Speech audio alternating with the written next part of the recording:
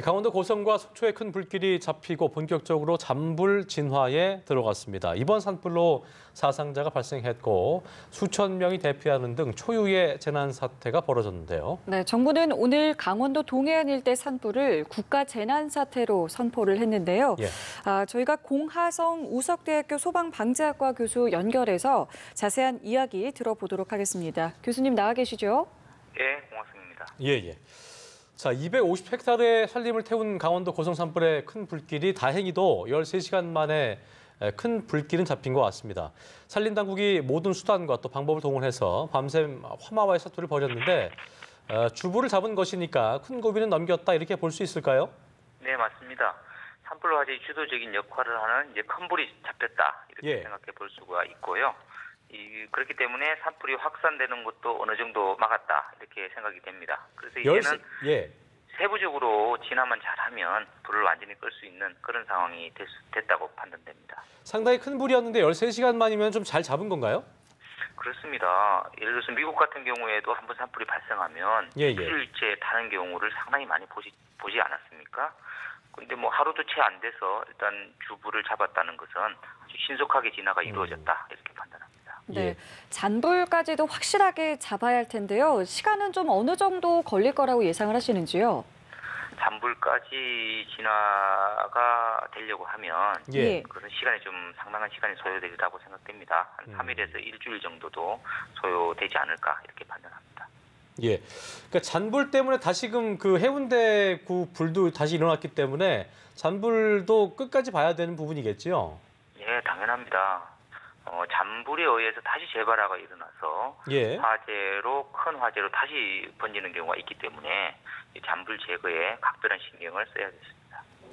이 주불을 잡는 거 말고 잔불을 잡기 위해서는 글쎄요, 지금 하고 있는 것 외에도 다른 어떤 조치들이 필요하겠습니까?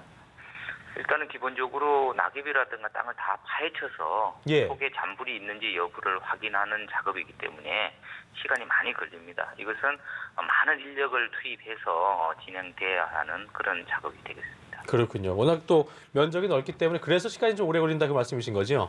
네, 맞습니다. 알겠습니다. 자, 이번 산불의 원인이 당초에는 이제 변압기 폭발이 아니었냐 했는데 판전 측이 얘기한 바에 따르면 이제 거기에 변압기는 없었고 발생한 지역 그쪽에 이제 그 주유소 건너편 쪽에 개폐기가 있었다. 이게 터지면서 발생했다고 하는데 자체적으로 한전 측에 따르면은 자체적으로 터질 수는 없는 그 구조라고 하던데요. 어떻게 좀 봐야 될까요?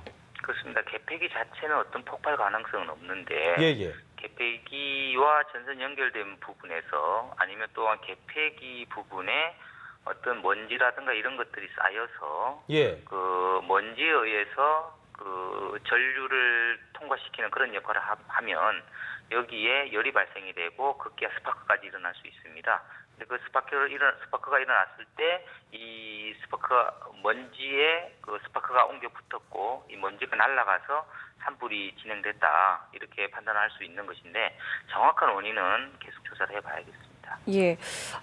최초의 발화 원인에 대해서는 말씀해 주신 것처럼 이제 앞으로 조사가 필요할 테고 그렇다면은 이게 불이 이렇게까지 급속도로 확산된 원인은 또 어디에 있다고 보시는지요? 예, 먼저 강풍이죠. 바람이 강하게 불었고 또한 야간에 발생했기 때문에 초기 진화를 할 수 있는 그 여건이 되지가 못합니다. 그리고 또 건조한 날씨 이런 것이 주요 원인이라고 볼 수가 있겠습니다. 정부도 이제 피해 현황을 집계하고 있는 거 하고 속속들이 들어오고 있는 모습입니다. 지금 들어온 바에 따르면 이제 주택 피해도 고성 속초가 125채고 강릉이 56채가 또 파손되는 것으로 알려지고 있는데 오늘 오전에 정부가 9시를 기해서 강원도 동해안 일대 산불 난 지역을 국가 재난사태로 선포를 했는데 국가 재난사태는 언제 선포가 좀 되고 구체적으로 어떤 조치가 좀 이루어지게 되는 겁니까? 국가재난 사태는 그 재난이 발생하거나 발생할 우려가 있을 경우에 피해를 최소화하기 위해서 하는 긴급한 조치입니다. 행정안전부 장관이 선포를 하게 되고요. 이 국가재난 사태가 선포가 되면 재난경보도 발령할 수 있고 물자나 인력을 동원할 수 있는 그 행정 시스템이 간소화되고 공무원을 비상 소집할 수도 있습니다.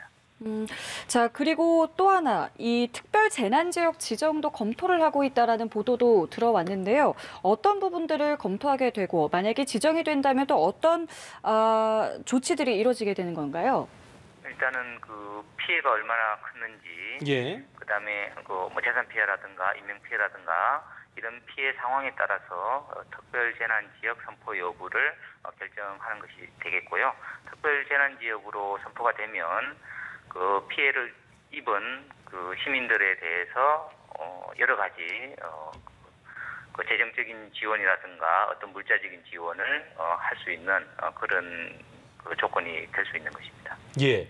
보통 이제 그 산불 같은 경우는 아까 교수님 말씀처럼 발생하게 되면 굉장히 그 피해 면적이 크기 마련인데 이번에는 뭐 피해 면적도 면적입니다만 민가 쪽에 더 피해가 있었기 때문에 이렇게 된 원인은 아마도 그 최초 발생 지역이 민간인 거주 지역과 좀 가까웠기 때문이라고 봐야 될까요?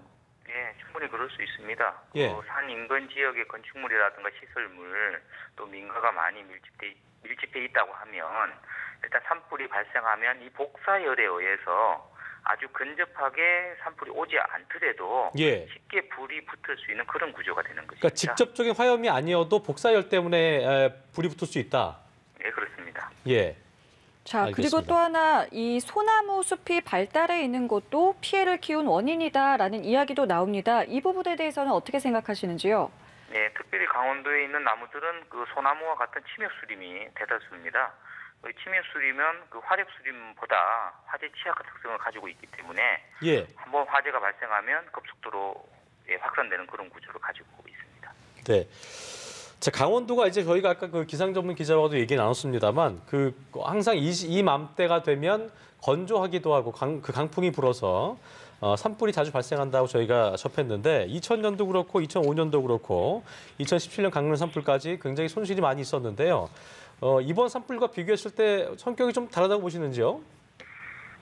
그 산불 성격은 거의 비슷하지 않나 이렇게 생각을 합니다. 강한 예. 바람과 함께 건조한 날씨 하에서 그 산불이 급속되는 그 구조 그리고 인근 민가를 덮치는 그런 상황을 보면 상당히 비슷한 양상을 보이고 있는데요. 다행히 그 소방 당국에서 초기에 대응 3단계까지 발령을 하고 발빠르게 대처를 해서 화재 진화가 어느 정도 잘 이루어지고 있지 않나 이렇게 생각합니다. 예, 말씀해 주신 것처럼 진화 작업이 계속되고 있는데 어떤 부분들을 좀 조심하면서 이 진화 작업이 진행이 돼야 될까요? 일단 산불 진화는 가장 핵심이 헬기 그리고 이제 인력을 동원해서 그 방화선을 구축하는 이런 작업들이 되겠는데요. 또 강풍이 계속 이제 불고 있을 때는 그 헬기도 이 강풍의 영향을 잘 받을 수가 있습니다. 예. 그래서 추락사라든가 이런 것에도 각별한 그 주의를 기울여야겠습니다. 예. 이례적으로 소방차 전국 동원령이 내려졌고 밤새 동원된 소방차가 872대여서 단일 화재로는 뭐 역대 최대였다고 하는데요. 그럼에도 불구하고 굉장히 소방차가 주민들의 요청에도 가지 못한 곳이 있을 만큼 여전히 부족하다는 분석도 있었습니다. 교수님 보실 때 산불 진화 어떤 그 장비와 인력 충분하다 보시는지요?